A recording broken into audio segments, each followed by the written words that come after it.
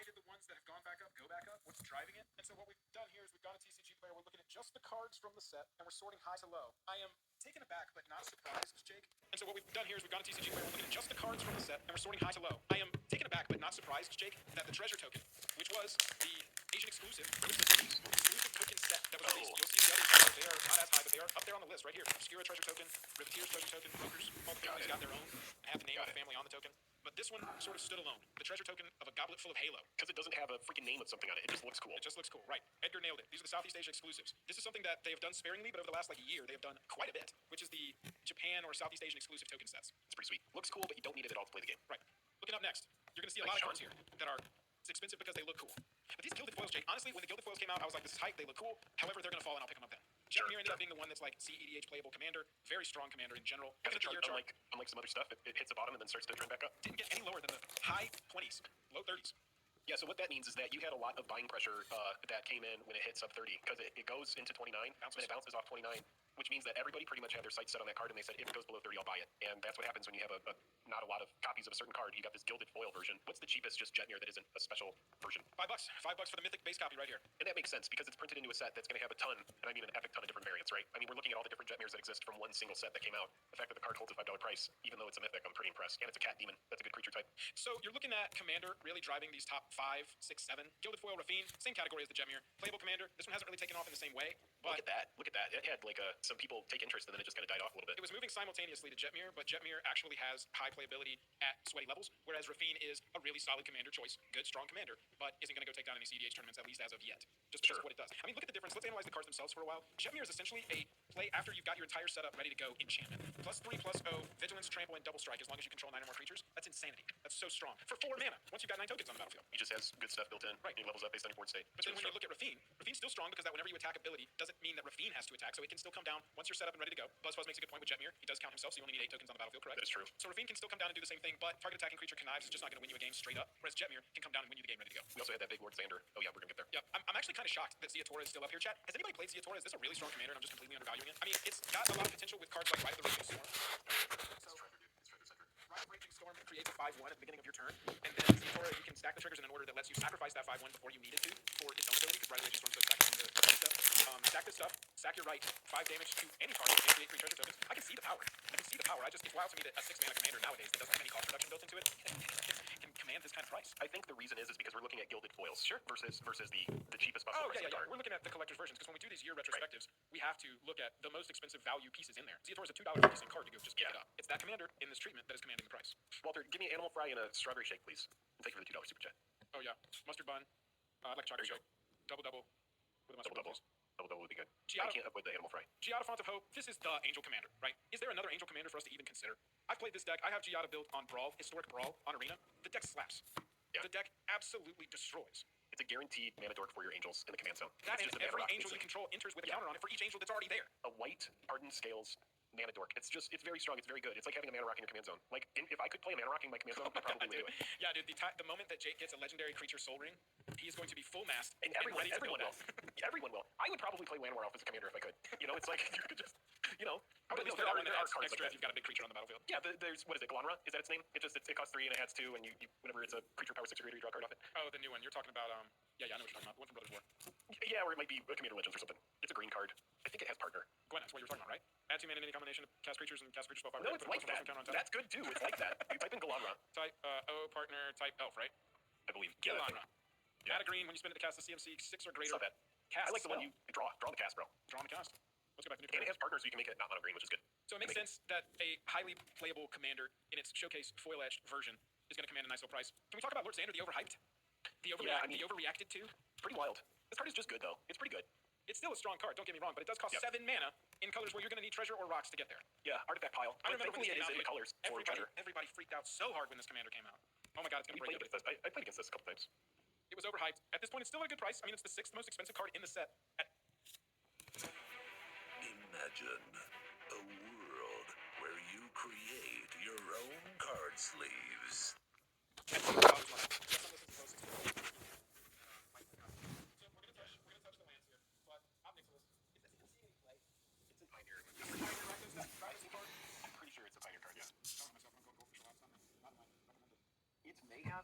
some modern niche playability, but I'm pretty sure it's just a Pioneer card. It's in standard. Looking like it's being played in Modern and Pioneer. We got Modern decks that are placing. It's silly, dude. Yeah, Fury and Season Pyromancer are so freaking good. I feel like Black-Red is going to be well positioned in Modern and Pioneer for a very long time.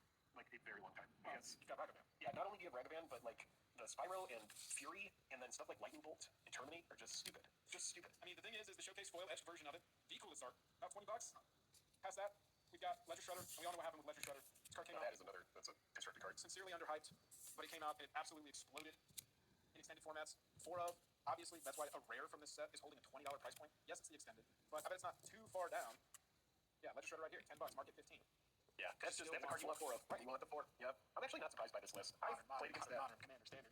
Yeah, I played against that freaking Obnix and just like a few times, and it is just such an impressive card. I'm not even surprised that it still has a value. I want to see its lowest possible price. Let me take a look at that. Omnixless Adversary? Omnixless the Adversary. Buy it now, price plus shipping lowest first. So $5.95. You can get a copy of it for. Yeah, I got $4, 17 TCG. Yeah, it's not bad. Welcome to $2 super chances. Where's all the war you promised, guys? LMAO. Oh, hail. I'm not going to change it right now, Walter, but you are still the Monarch. You're going to have $4 to Monarch total. Minute 21 of this. In and out line. Oh god. Well, he made a mistake because he went to in and out. So you're gonna eat some good food, but you have to wait forever. After that, you've got the Triomes, and they make sense. These are the borderless versions of these Triomes. They've also got showcase version frames. Those are the ones I picked up. But the borderless ones are holding your highest price points. 15, 16, 17, 20. For the Triomes, plain Island Swamp, holding your best shot here. Best price because it's not going to be searchable. Right, it's not going to be searchable with your green. And so it's in a Triome of colors here that really need help with fixing because they don't have easy access to it via things like green. Look at the next one. Blue, black, red. Same thing. Doesn't have access to the same. Yeah. Right. Yeah. You just don't have the same access to it. After that, you got the green, white, blue one, and then the red, green, white one, and then the black, red, green one down here. See it? All of these are over $15. I mean, the price of these is driven. Probably occasionally buy some 3-color constructed deck that wants a couple of them. But in all honesty, this is a Commander price card. It's eternal playability because of Commander. So not even surprised with all of these, and it's easy to just cover them all together because they're all just very good, and we learned from Ikoria that they're good, so they were just kind of ushered into being good based on the cycle that they are. They didn't really have to prove themselves. People knew that they wanted them. And people sometimes forget about that cycling because so many times you're just tutoring it up to play it. Being able to cycle these away when you do pull them late game, it's a pretty big deal. Get a card. Yep, got it, and they've got the types. We're down towards the 20th card. That's about how far we want to go down in these retrospectives to look at what is going to drive the prices so that maybe we can learn some lessons and look at sets that are previewing or have just come out, figure out which cards are underpriced for where we think they will go. Look at this. Not the price that it ever was. This is definitely one where if you pulled it early, you wanted to sell it. You definitely wanted to move it. But the Elspeth Resplendent Showcase Foil Edge from Streets. Holding that low price point. Yeah, absolutely. Being at $15 plus. The other one you've got Urabrask Showcase Foil Edge. So you can look at the mythics from the set, especially major character mythics, and go, oh, okay, these are probably full price just because it says Elspeth on it. Yeah, just because it says Urabrask on it. Like, this card is fine. But the Showcase Foil Edge is a big price. Not as high as it ever was. What does this teach you about the mythics? Early on, sell and rebuy. It's almost always the move. Always a good idea. I'm not saying it's always the move. I'm just saying that we haven't seen a chart yet that argues with that. One would be a Mono Liliana foil, which is wild because when it came out it was like 400 or 500, and if you had dropped the 400 or 500 on it, yeah, you were sitting on like a $3,000 or $4,000 card. I haven't heard of that card. Past that group of cards, you've got another Gilded Foil Commander holding about that $11 to $15. Then you got the tokens that we already talked about. And you got your base copy. Maybe relevant to talk about is the Gilded Foil Void Ren. EDH ended up wanting it. Look at the direction grab. This is travel. Is why I wanted to bring it up. The line is not doing what the other lines were doing.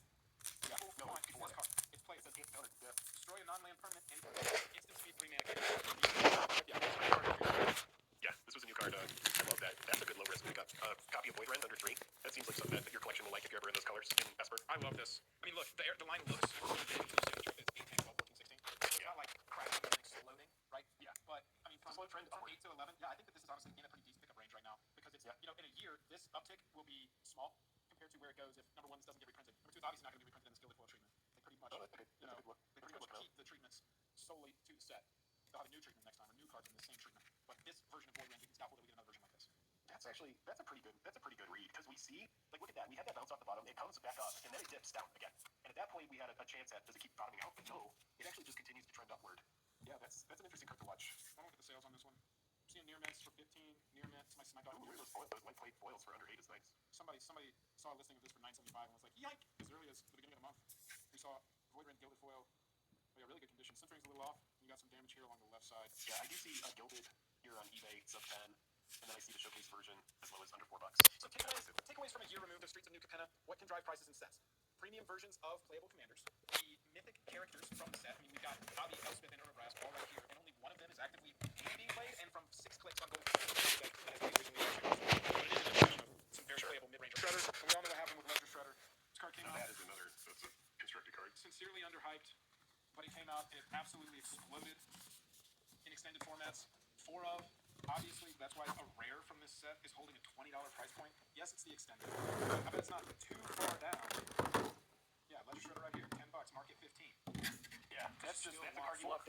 You want the 4? Yep. I'm actually not surprised by this list. Played against that. Modern Commander Standard. Yeah. I played against that freaking Obnix and just like a few times, and it is just such an oppressive card. I'm not even surprised that it still has a value. I want to see its lowest possible price. Let me take a look at that. Omnixless Adversary? Obnixless, the adversary. Buy it now. Price will ship the lowest first. So $5.95. You can get a copy of it for. Yeah, I got $4.17 at TCG. Yeah, it's got that $150 super chat. Says, where's all the war you promised, guys? LMAO. All hail! I'm not gonna change it right now, Walter, but you are still the monarch. I gotta have $4. Minute 21 of this in and out line. Oh, God. Well, you made a mistake because you went to